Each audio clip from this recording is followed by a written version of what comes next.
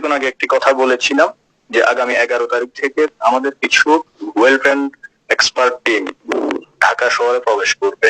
হ্যাঁ, যেটা 5ই আগস্টের পূর্বে যেভাবে স্নাইপার যে কথাগুলো ছিল, যেভাবে করছিল, আমরা তার চাইতেও আরো ডাবল ধামাকা আকারে আমরা করতে চাচ্ছি।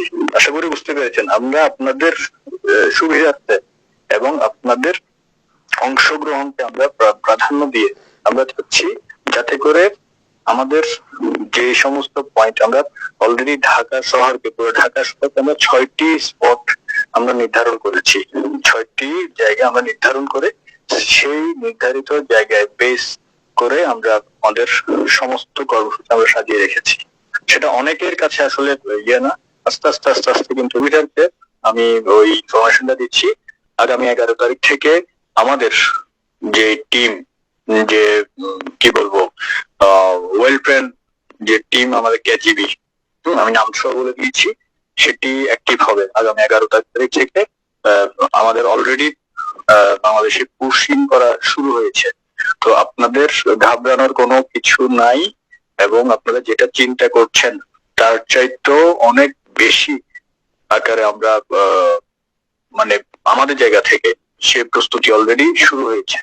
তো সেই কথাটি আপনাদের মাঝে আমরা জাস্ট, আপনারা আশাহত হইয়েন না, সাহস হারাইয়েন না। রাজপথে থাকেন, রাজপথে থাকেন, বাকি কি করার দরকার সেটা আমরা করে দিচ্ছি আপনাদের।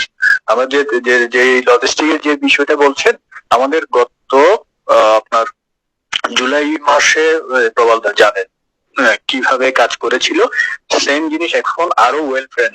যেহেতু লাইসেন্স অলরেডি পেয়ে গেছি, মানে প্রধানমন্ত্রী লাইসেন্স নিয়ে নিয়েছেন।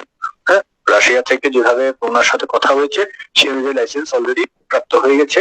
এখন কি দরকার সেই অনুপাতে আমরা প্রতিদিন আমাদের যে থার্ড, আমরা 3টা ধাপে করছি, তো থার্ড যে অপারেশন, সেই অপারেশনের জন্যই আমরা আমাদের মোটামুটি ভাবে আমাদের মেকানিজম আমরা শেষ করে ফেলেছি।